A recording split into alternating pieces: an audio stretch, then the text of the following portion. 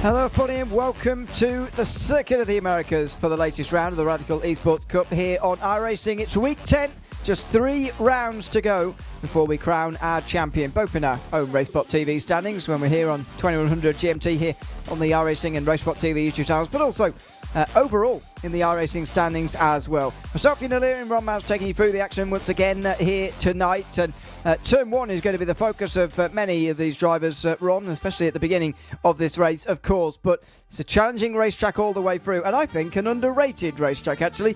We'll see whether that rings any truth tonight as the racing gets underway.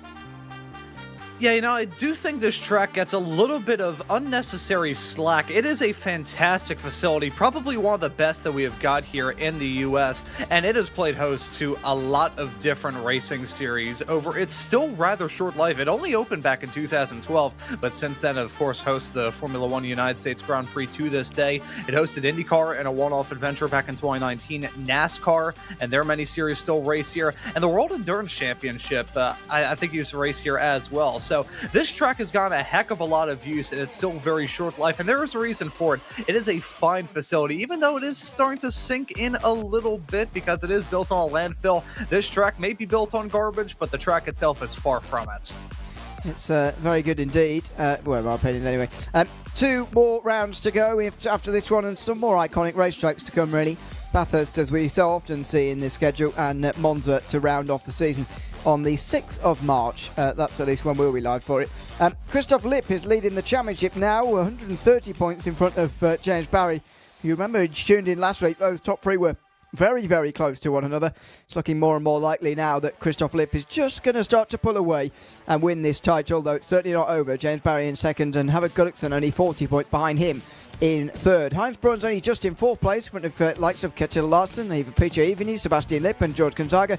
Andre Castro is in 9th ahead of Adrian Rustang, who rounds out the top 10. Christoph Lipp leads in our Racebot TV standings as well after returning to winning ways in our broadcast last week on the Friday. James Barry finished in 3rd place in the end at the Roval. He's 20 points behind now with Havard Gullikson in 3rd. Sebastian Lipp's next ahead of Kjetil Larsen with Peter Eveny, Heinz Brun, Andre Castro, George Gonzaga and Rafa Blanco rounding out the top 10 here. As far as those standings are concerned, Barry does need to get a little bit closer, as he does in the iRacing standings as well. 23 degrees Celsius on the racetrack. It is not too warm at all. It is pretty early in the morning as well. Well, not that early, but it's 9:15. The temperature of the day has not quite hit this racetrack just yet, and that will help everybody through the day in terms of tyres, you would hope. Interesting name at the top of the session indeed, Ron, turning up here. Ryan Odo is at the top of the times at the moment. Don't get to see him too often in these broadcasted races on Fridays, but good that he's here and at the front early on. Yeah, fantastic to see Ryan Odo back there on the racetrack. We may be seeing a little bit more of him because we, of course, are getting close to the return of the other Radical Americas and European Championships coming up somewhat soon in the other Radical sim racing community. And we're also getting into to spring break time here in the States as well. So Ryan Odo taking some time out, being able to race here on the track today. Nice to see him putting in a good time, too.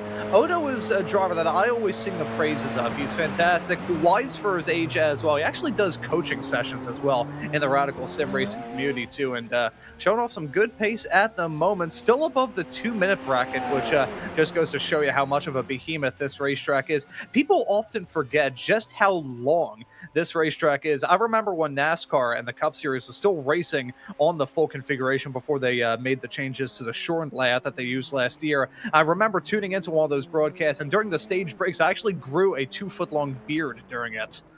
Yeah, they were very, very long indeed, and this circuit indeed is very long as well. I mean, 2 minutes around here for these cars, for example, it's a very long way. One other thing important to note through qualifying, though, is that off tracks are so easy to pick up around here, which means that it's a difficulty in qualifying to actually get a lap on the board. You can see Christoph Lipp here towards the end of a lap. Sebastian Lipp just through the middle of his. Can Lipp get anywhere close to Ryan Odo and James Barry here? You'd think he's on his last lap of the session here, and if he doesn't get a time in, then he'll be starting from the back of the field, along with quite a few other drivers, it seems, who are towards the back. But no, he's going to get this time in, and he's going to go to the top as well, as long as it counts. And there you go. Less than a tenth in front of Odo, but it's enough, and Christoph Lipp's on the pole. Yeah, so Christoph Lipp continuing on the form that he has shown throughout this season, keeping quick, running in these qualifying sessions, and getting the jump on early. If there's any spot that I wouldn't want to be, it is in the midfield, heading up into turn number 1 here at Coda. Actually, funny to bring that up. I remember when I first started getting into F1, it was midway through the 2010s, and one of the NBC broadcasts once said that turn 1 was about, I think it was like 150 10-gallon hats tall, and that has never escaped my head, even though I want to bash my head into the nearest wall when I heard it be said on the air. But that turn 1, I would not want to be in the midfield. So for any drivers that are in that bracket right now, you like a Dennis Kyriakopoulos slotted in 5th, you may want to get acquainted with what bun you use to tow back to the pits. It's going to be a big moment of contention on the run up towards the start of this race. As time runs out, Anthony Knight looks like he's going to be dropping out of things here early on. And a number of different names in the field here tonight. Not sure what's going on elsewhere. Bathurst 12 Hour is indeed this weekend. I don't know whether people are practicing for that or something, but a reduced field tonight. Christoph Lipp on the pole in front of Ryan Odo. Less than a tenth though, and a good race expected between them, and Sebastian Lipp will be there as well with James Barry. Dennis Kyriakopoulos is a little bit further behind with Daniel Mostela in 6th place. Adrian Rostang is next ahead of Mika Henrik Hokonen. Nicholas Cucciato is ahead of Nate Smith, rounding out the top 10. Joshua Maynard and Anthony Knight then on row 6. Yunus Hassan does not set a time, and neither does Pierre-Alain Muti or Michal Shalanitz, who rounds out the field. So 15 drivers, but as I say, Ron, some real surprises in terms of the names who have turned up here, and those who are missing indeed as well. But the names at the front, like Lipp and Odo and Barry, are the ones we'll be looking at for the win. Yeah, so we do have our regular race win contenders who are going to try and pounce here in this race. We also do have to consider with a smaller field and the fact that we are in the final few weeks of this season, this is a time to strike. Got to get these championship points while you still can, both for the iRacing standings and our very prestigious race spot point standings as well. This is one of the last opportunities to really strike, and with a smaller field, the points may be a little bit potent here. So keep an eye on some of your drivers with grander championship aspirations to try and pounce to be a bit more aggressive here today. We need to downplay our standings. Anyway, here come the lights from Circuit of the Americas. And we are underway. Good reaction there from Barry from 4th as he gets away very well. Gets towards Odo, who's in danger here of getting freight trained by the teammates. He pulls to the outside. He can't dive down. Then Christoph Lipp, and he's smashed into there. A big dive down the outside. I think it was Sebastian Lipp who came tearing down the inside there. Odo with nowhere to go really, and he drops down the field a very long way. James Barry gets up into 2nd place, I believe, as a result. Christoph Lipp is going to tear away from the field here, but drama as expected on the run to turn 1. Yeah, the classic Coda dive heading off into the turn. Just the last broadcast I did, I was doing it at Long Beach and talked about some of the turns around that racetrack being a big bottleneck. Turn 1 at Circuit of the Americas, I am shocked that is even allowed to be a part of the F1 calendar because of bottlenecks. It's almost willfully designed to cause chaos, and chaos it did cause here. Looking at Sebastian Lipp, maybe being forced in an odd sense to go for that move because James Barry was all over the back of him, but certainly either way, a slice and a late dive off into the turn, coming in like an Exocet missile. Well, that is true. I mean, he's never going to make that corner, is he? He's on such a line there, and to be fair, Odo's turning in almost no matter what it feels like. But even so, Lipp's not making that corner, and that's contributed to the accident there, I'm afraid. Barry moves up to 2nd as a result, but Odo's not done with that yet. It looks like if this battle continues, Christoph Lipp's going to get away with the race win, and I'm not sure what Barry will be feeling about this. Odo's now flashing the lights. Wonder whether what he's trying to communicate to Barry there, is it to say, let me past, or indeed get into line? We can work together to catch Christoph Lipp, but even if they do work together, it's going to be very difficult for them. So I think something has just happened to Joshua Maynard. He's dropping down like an anvil push out of a helicopter. Not sure what happened to the driver of the number 13 car, but I think it was heading off through the mid-sector, which is always so tricky to nail down in these cars. This racetrack feels like every single sector is part of a completely different racing circuit than the one that came before it, and it was heading down that massive back straightaway off into the hairpin at the far end of it, overshooting the braking marker there for Michael Kalinitz. So that's not the moment for Maynard. Oh, is Odo going for a send off into turn number 1? Oh, and he's off. Too late on the brakes there from Odo, and that's cost him a lot of time. Not only has he not got through on James Barry, but He's not even stayed on the road, and Dennis Kyriakopoulos is right in behind him now as well. Now Barry can get clear of Odo, really, and stop having to defend so much, but that's what happens really when you see the race flash before your eyes. I think Odo was thinking, well, if I don't get through in these next few moments, it's done as far as the race is concerned. But now he's made that mistake, it might be over for him anyway. Down to third, and there's quite a gap. He can get back into the battle with Barry again. And taking a look at this replay, the moves into turn number 1, it is so tempting to try and go for the dive, but you gotta consider the elevation change heading through there as well. The track plateaus at that point. Now, when you dive on the brakes to start off with, the car's gonna feel very, very nice. You're thinking, ah, yes, the brakes, they're working quite good. I got the grip to be able to just step on that brake pedal and go down the gears. But then as it tapers off and you go through the tabletop section at the part of the hill, then you're gonna be in for a world of hurt. So unfortunately, there is side-to-side door banging between Anthony Knight and Nicholas Kawado, and that's not going to end in tears just yet. No, goes wide. Knight and stays in ninth for the moment. Still the biggest mover forward, though. 3 places gained so far in this race. As Sebastian Lipp regains some of these places, he's probably going to... Oh, and a spin! And a contact! Cacciato gets hit by Knight, who spins. And they are probably both going to have damage now. They've certainly lost time, both of them. And there's another couple of free positions for Sebastian Lipp. I was about to say it was going to be interesting to see him try and pass them, but he's going to find that a lot easier than previously expected. Yeah, unfortunate for Cacciato to have that moment right after he got the move done, as he's got another put move on him. That's Yunus Hassan going for the dive off into the last turn. Another good spot to try and go for a move, but can very easily overshoot, and that's exactly what happened there. Now Cacciato going to fight back side by side, coming across a stripe up the hill into turn number 1. These drivers are playing with fire here. A lock up farther up the road for Knight, who's going to win out in this fight. He can give it to Cacciato, but I think Hassan has got to look to fight back as we take a look at the spin to put him back in that situation in the first place. Yep, he's a bit wide, and he's hit in the end by Knight. Yep, contact made, and through goes Sebastian Lipp primarily into 8th position. But the battle for 10th could be interesting from now. Hassan now getting in front of Cacciato, and Nate Smith is now involved in this as well. You just wonder what the damage will be like for Cacciato now, who is down to 11th position. And Smith may well see him as the next overtake here in the next couple of moments. No, not into... Well, there's a bit of doubt from all of them, really, as they dive into turn 11 and get around the turn. Side by side now down the straight for Cacciato and Hassan, with Smith right in behind. Now he's going to take the double slipstream. Cacciato has to get back into slipstream again from Hassan here.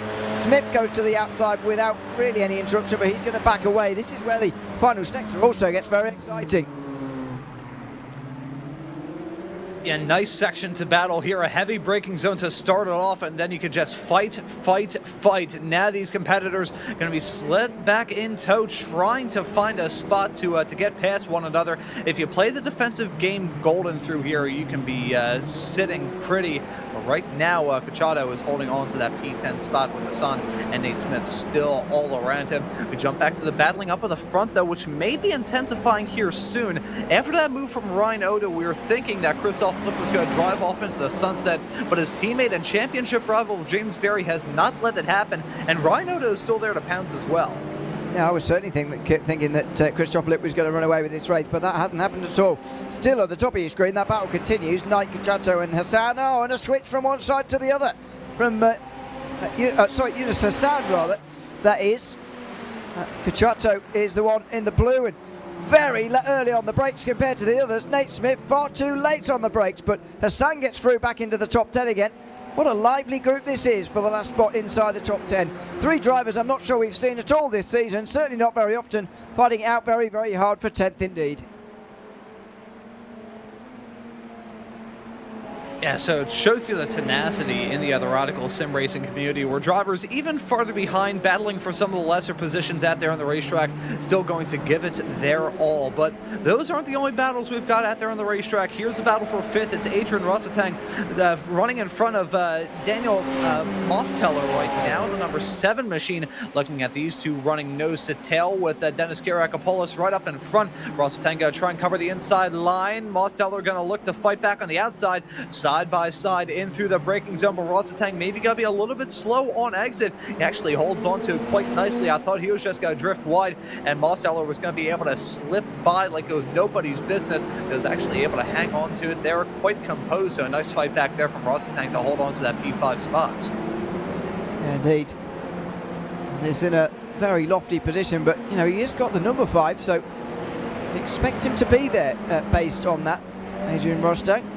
In terms of our races that we've done so far this season, he's finished in the top 10 in 3 of them, never higher than 6th place though, 7th rather, which he got at Brands Hatch a couple of weeks ago now. This though, even if he loses to Mosteller, would be his best result of the season in our races anyway on Friday nights here. Don't know about you, but I'm very, very surprised that James Barry has caught up to Christoph Lipp. I thought the race room was done, to be honest, but the battle for the lead is absolutely on here. Look at this, Barry well in the slipstream now. Yeah, unfortunately for Barry, that does come at the cost of having a little bit of dirty air to worry about, but it looks like he's able to hold on to very composed driving that we're seeing from the Brit. And we do have to consider the fact that James Barry entered this season thinking that it was going to be his shot at returning to championship form. He's a 4-time past champion in these Radical Esports Cup seasons. Don't forget that. He is quick in these cars. He's still been quick, just has had some poor luck over the past couple of years, took a step back from things to try and reevaluate some stuff. Now he's back with a vengeance. He wants to try and get this crown, and what we're seeing right now is a champion's drive. He wants that championship here to start off the 2026 iRacing year, and right now there's only one man lying between him and that crown, and that is your current race leader, Christoph Lipp. So what we're seeing right now is a level of grit and tenacity and fight back from James Barry. That's part of the reason why he's walked away with so many race wins and so many championship crowns before. And you just saw his setup there. I think this is, of all the circuits in iRacing, where there's maybe the only, well, maybe not the only circuit, but certainly the biggest circuit to my mind, where there is a definite advantage, in my opinion, to having either a triple screen display or indeed a VR headset, as James Barry is using right now. Because of the turns that you have through here that are so late apex, down there at turn 11, for example, at one stage you're very long way away from the apex. Turn 13, especially turn 16, it really, and even turn 1 to an extent as well, really does, to my mind, give you a big advantage having a VR headset. I'm not saying that's the reason why he's getting back towards Christoph Lipp at the moment, but it might well be helping him in this race just a little bit as he closes again. He has a look down the inside, and this is on for the race win. More than half of this race remaining as well.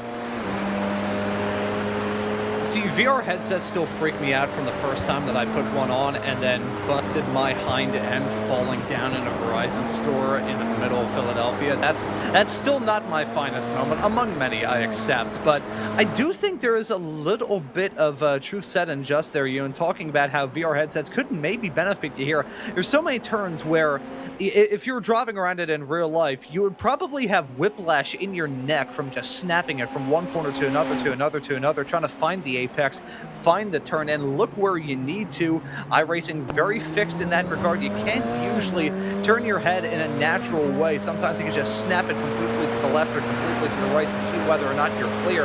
But a VR headset could be very beneficial. So maybe that's the reason why James Barry is able to run at speed like he is. May help him though in this defense of Ryan Odo, which it looks like he may have to worry about here soon. Yeah, indeed. That's going to be the problem, I think, here for Barry, and maybe even the benefit for Christoph Lipp, because James Barry might be too focused in the end on defending here. A different line from Odo there. Is he going to fire down the inside at turn 15, 16? No.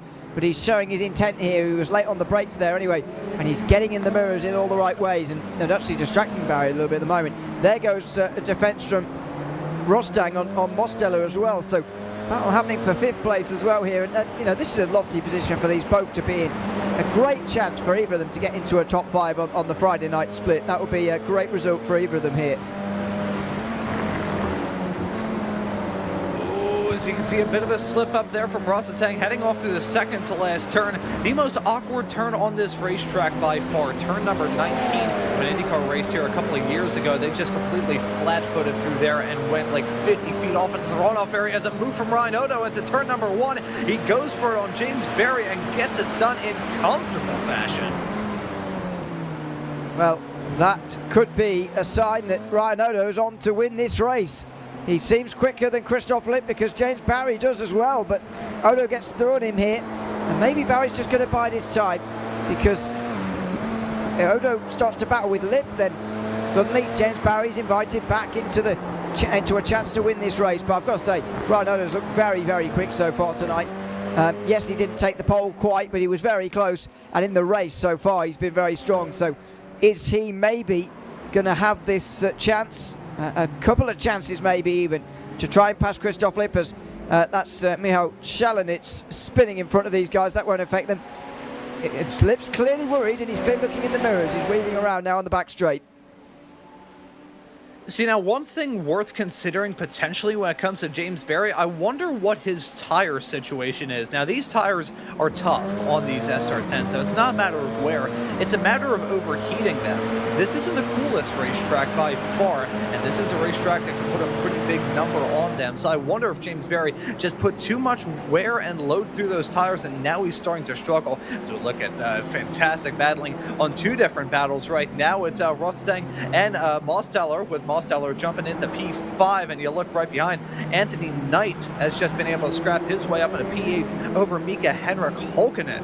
Nice to see him back return. I think he was in the first ever Radical Official Series broadcast I did over 3 years ago, so nice to see him return. I think he may have won that race, actually. Right, I'm afraid I can't help you there. For that. Meantime, out of the final turn, Mosteller looking like he probably is the quicker of the two now, and maybe even Rostang's going to be overtaken by Sebastian Lipp before the end of this race. There's still more than a third of it remaining, and that is plenty of time for Lipp to get closer, maybe make a pass. This is the spin for Michał Shalanitz through the 11th corner. He just gets loose there, right in front of the lead. Probably distracted a little bit and wary not to get in front of the leaders, and that is one way to get out the way. Yeah, we'll give 10 out of 10 for creativity and style points, but not the most efficient way to be able to do it. He is running farther in the back, had some drama break out for him earlier, and I think he's just trying to run it through to the end and try and worry about his safety rating. That's one thing these drivers do have to consider, and it is a dirty world on iRacing. It is an official series, so they have to consider safety rating and the demons that go on with that, as that's Nate Smith. He had a spin a little bit earlier on. I actually know it was the driver that he was battling with, Joshua Maynard, that had a spin a bit earlier on here, but he has the exact same part of the racetrack where Maynard spun is where Nate Smith just spun, but it didn't end the battle between those two, as Nate Smith has actually been able to get past. Yeah, so 4 laps to go when they get to the line. There's Barry again. Focusing in on Odo in front, and so far not trying to make a move. I really think he's got to bide his time now and hope that these two in front start to battle, because, you know, at this sort of distance, you'd think surely Odo is going to give it a go from this distance, and you'd think he's probably quick enough as well, based on qualifying, based on the race so far. You'd think he'd be able to get close enough to Christoph Lipp and give this a go. Yes, I wonder who's going to be the next to try and bring the flames in this. Do you think it's going to be Ryan Odo trying to go for a move on Christoph Lipp, or at least try and close up that gap to really put Lipp under pressure? Or do you think it's going to be Barry once again lunging around Ryan Odo? You got to think about peaking at the right time here in these races. We saw James Barry peaking a bit earlier and then dropping down. Still think that the tires may have played a factor in that, but now he's running in P3 and is keeping Ryan Odo honest, as Odo is keeping Lipp honest. This has been a heads-up fight between some of the best drivers that we've got here in these Radicals. 2 contending for a crown, and 1 that we expect to contend for an America's crown a little bit later on this year on the league side of things. That was very close for Odo there through the S's as he got to the last one of them at turn 7. But really, the first one, yeah, you can really try and make an overtake. He was very tight to the back of Christoph Lipp, and now he's flashing the lights. Now he's feinting to go down the inside as well towards turn 11. And surely this is going to be his first chance on the back straight this time round. That's a decent exit from Christoph Lipp. Is it good enough with 3 laps to go for him to see off the challenge of Ryan Odo this time round? James Barry follows them in the slipstream religiously as well. There's probably too many weaves from Christoph Lipp now, to be honest with you. He's definitely weaving down the straight there, trying to break the slipstream, and it does work because Ryan Odo doesn't get anywhere near.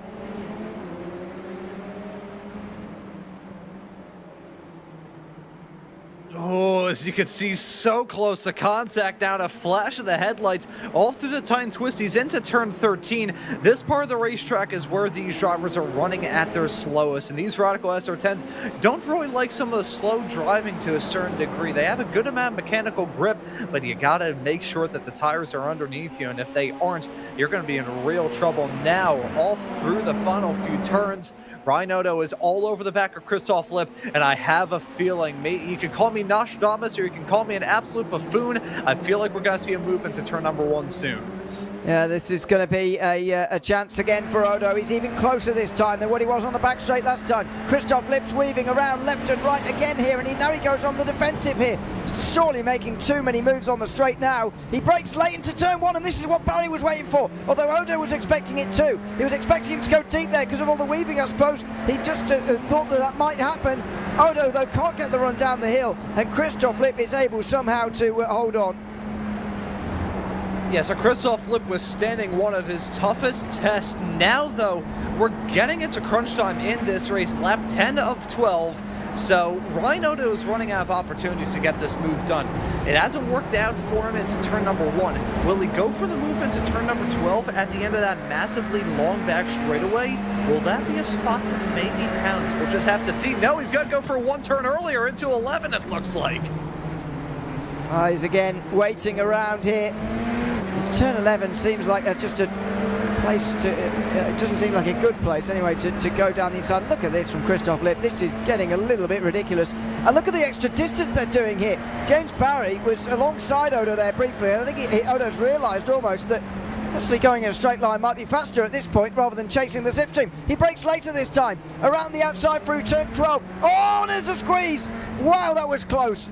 A lot of faith there was placed by Christoph Lipp in Ryan Odo, who just goes round the outside through the next corner anyway. It gives it the inside through turn 15 and 16, and he's going to park him up there. He parks him to the outside. That's a great pass from Ryan Odo. It had been coming, and with 2 laps at the line, he's got the lead.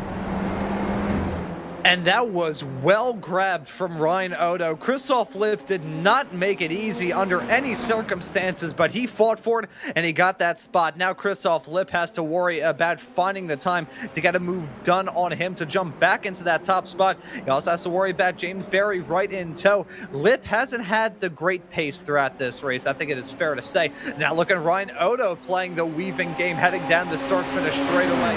I think the weaving is getting a little bit out of hand here. In real life, they'd probably be whacked with some kind of penalty, and even in the sim, I mean, the drift in these cars is insane, but weaving that much down a small low straightaway like that is the equivalent of hanging a guy for shoplifting. It's a little bit too extreme, to be honest, in my mind anyway, but it might not matter. Odo's gotten through now on Christoph Lipp, and you just wonder, is that it? Is James Barry now only fighting for second with his teammate? This is an unusual position as well, isn't it? Because so often we see Christoph Lipp as just the overbearingly fast driver compared to the rest of this field, is just romping away with race victories. I mean, he did last week at Charlotte. That was his 4th victory in the first 9 races.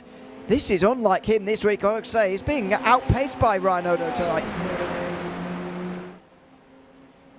Yeah, it seems like Ryan Odo just has everybody's number at the moment. That inert stable is, I mean, I can't even say usually a powerhouse, has been a powerhouse for many, many moons. They've got some of the top drivers. They've got some of the, top efforts put into this series as well. Sebastian Lip trying to get a move done on Mosteller a little bit farther in the back. That's a move for P5, and he gets it done successfully, although he runs a little bit deep heading off through there. I will say one thing about the Inert stable. Fantastic drivers, really good competitors, and nice people as well. I've gotten the opportunity to interact with many of them. Very fine folks there. But I will say, and this is honest, they can sometimes crumble under pressure a little bit easy. And we've seen it occasionally here in these officials. We've also seen it on the league side of things as well. Fantastic drivers, but when you, it's a little bit easy to rattle their cage. Well, let's see as they head on to the final lap here, which order the Inert drivers are going to finish in. Christoph Lipp and James Barry. You think Barry's going to give it a go, but you suppose you never know. Here he goes, is he looking down the inside there? Is he just trying to get in the mirrors again there? Ryan Odo, nearly a second in front. I think he's got this race won now, to be honest. It's a case of who's going to finish in second. And in terms of the Friday night standings, Barry probably does need to beat Christoph Lipp here. Otherwise, he's going to make life very difficult for himself in the last 2 weeks. Not that they really mind about that. It's the iRacing standings supposed to mind about more. And he does need to gain points there too. So this could be an important last lap here. Yeah, important in the grand scheme of the championship as well. So James Barry, I wonder how strong are you going to send it if you are James Barry? A P3 kind of sucks when you're finishing directly behind your main championship rival, but going for a move off into the turn and maybe losing out on a couple more positions is even worse. You also have to consider, though, they do have a comfortable margin back to their own teammate of Dennis Giracapola slotted in fourth. So how is Barry going to fight this? Look at him chasing the Dragon's tail, heading down the back straightaway into turn number 12. Will he go for the lunge? He goes for the lunge. Oh, and there's contact! Contact between the teammates! Christoph Lipp is sent around and Barry's going to get him back in front again. Barry realises, or indeed thinks anyway, that he was at fault for that. They may probably need to see it again to make my own judgment there, but Christoph Lipp there was half spun. James Barry judged himself to be at fault, and he slowed down to let his teammate back in again. They're going to be second and third by the end, but Ryan Odo's going to come through to take victory here. He's been in the top three already this season on Friday nights at Catalunya. He finished in third place, week 3, but that was nearly 2 months ago. This is another victory for Ryan Odo, this time on Friday nights in the Radical Esports Cup here on iRacing. He takes it at Circuit of the Americas on home soil. Ryan Odo takes victory here at Circuit of the Americas in the end by nearly 5 seconds over Christoph Lipp. Oh, and good sportsmanship there between the two teammates of Lipp and Barry. Barry letting him pass there. Let's take a look at the replay. Heading off into the turn, you can see Barry goes for it late. He dives down right as he hits the brakes, and yeah, it was a very shallow approach from Barry, but I think Christoph Lipp kind of turned in there too. I think it takes 2 to tango in terms of giving us a fantastic battle, and all throughout this race it took 3 to tango for that battle for the race lead, but I think both of them maybe played a role in that, at least from first glance. Yeah, I can see why Barry thought he was at fault. As you say, a narrow angle. He was coming from a long way back.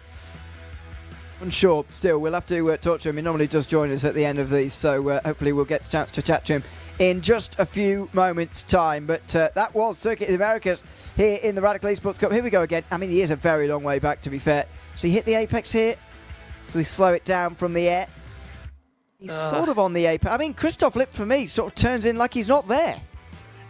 Yeah, you know, it does kind of look like that, but I will say, I think the main... I can't even say it's a person to blame. It's just it's an entity, it's a place, it's this track. The way that it is, I love it. It's fantastic to drive around. But I said it in reference to turn number 1 a little bit earlier, and one of the main pet peeves that I have in terms of modern track design is sections that are designed to kind of have incidents like that break out, where it just inexplicably goes from like 5 lanes wide down into 2. It drives me up the wall seeing that on modern racetracks. And I think that was the main reason why those two came to blows. If that was consistent width, that would have just been a good dive or a good fight back. It wouldn't have been a collision. But what can you do?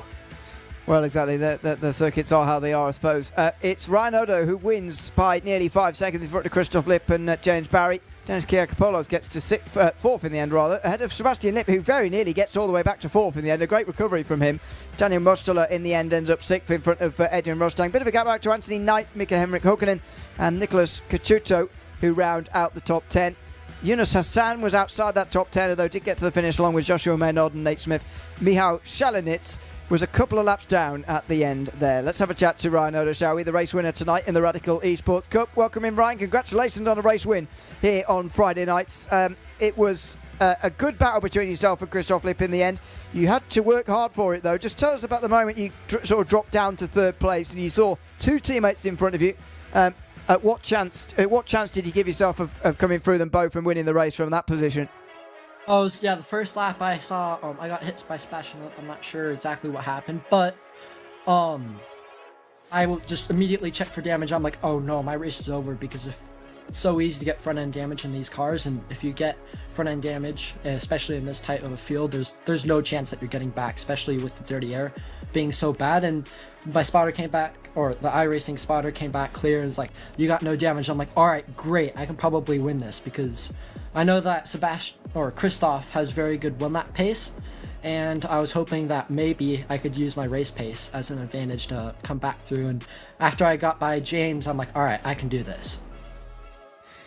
And in the end, you did make that pass on Christoph to get through. Just tell us about how you sort of sized up that move, because he was weaving a lot in front of you there in the battle for the race win.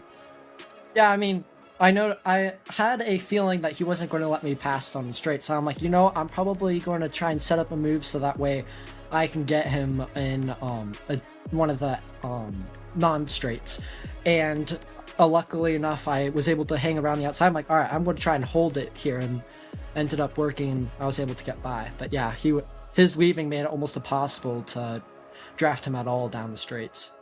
Yeah, absolutely. Well, congratulations on overcoming that and everything to get the race win tonight, and thanks for chatting to us at the end as well. Thank you so much. Ryan Odo, the winner tonight from COTA. Christoph Lipp's not joined us yet, but James Barry has done. James, welcome in. Congrats on a top 3 finish, a podium place finish here tonight. But tell us about those last few laps there. First of all, I'll get into the incident with Christoph in a moment, but what were you hoping would sort of happen with Ryan and Christoph battling in front of you? Were you always sort of looking for opportunities to pick up places from the both of them, or were you just accepting that they were a bit quicker than you?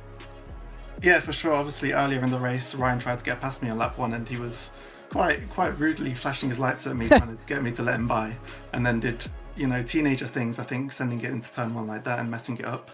So I thought, I'll forget about him now, go get Christoph. But then Ryan comes back into it, and this he's so talented, it's crazy.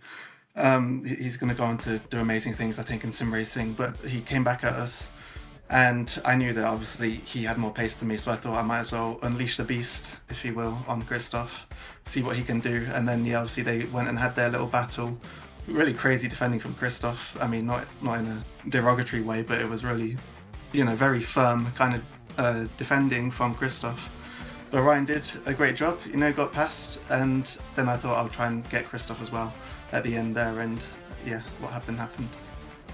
And yeah, just tell us about your perspective from it, because I'm kind of in two minds about it from a sort of neutral point of view, just watching it as we did. You did come from a long way back, but you did make the apex and so on. What was your sort of view on it there? Yeah, it wasn't the worst move in the world. I mean, there was kind of a chance to put myself on the inside, seen it done, in F1 and stuff before. Got to the inside, but he was kind of a bit ahead of me at the apex, and he decided to turn in, and I just felt a bit bad making him spin around whilst I didn't get spun around by it. So I don't know, it was kind of, I didn't have to let him back through, but I thought I didn't want to cause any, bad feelings. Yeah, well, I absolutely understand that. Well, congrats on getting to third tonight, James, and thanks for chatting to us at the end as well. Yeah, cheers guys. Thanks a lot. See you next time. Thanks very much. James Barry, third place here at Circuit of the Americas here tonight. Doesn't look like Christoph Lipp is going to join us here tonight, unfortunately, but he takes second place. Yet another podium here this season. He's only been off the podium once in races he's been at, or indeed finished in the top 10, I should say. Daytona and Brands Hatch were the exceptions to those. Map Panorama will be our location next week. 2100 GMT as always. But thoroughly enjoyed tonight, Ron. I thought Ryan Odo was actually quite head and shoulders above the field, but the fact he didn't have a perfect race meant that he really had to work hard for that one. Yeah, despite the smaller field, I think this track put on an absolute banger here in the Radical SR10s. But Bathurst next time out, that's going to be a fun one. Unfortunately, for the first time in I think about a year in the other Radical Sim Racing world, I don't believe I'll actually be here next week, which is a very rare occurrence. Hasn't happened thus far in the other year that they've been here on Race Spot, but that's going to be an awesome race. All of you tuning into this broadcast, make sure you are here. I wish that I could be here because, that combination, we've seen it play out before. The run down the back straightaway into the chase, as close as you could get to a full-on madhouse in these SR10s. So that's going to be a really fun race to look forward to in 1 week's time. But Coda, pretty fun as well. Yeah, absolutely. It was absolutely here tonight here on the iRacing and Racesport TV channels. Hope you've enjoyed it at home. We're once again bringing you the Radical Esports Cup here on a Friday night. So I've been Ewan O'Leary alongside Ron Browns with Ramiro Augustin Cisneros behind the cameras of this broadcast here tonight. We'll be returning again in 1 week's time with more Radical Esports Cup action from Mount Panorama next week. And don't forget, we're at Mount Panorama for the Bathurst 12 Hour here on the iRacing YouTube channel coming up this weekend as well. Make sure you tune in across the channels for that. For now, though, from all of us from Circuit of the Americas, it's goodbye for now.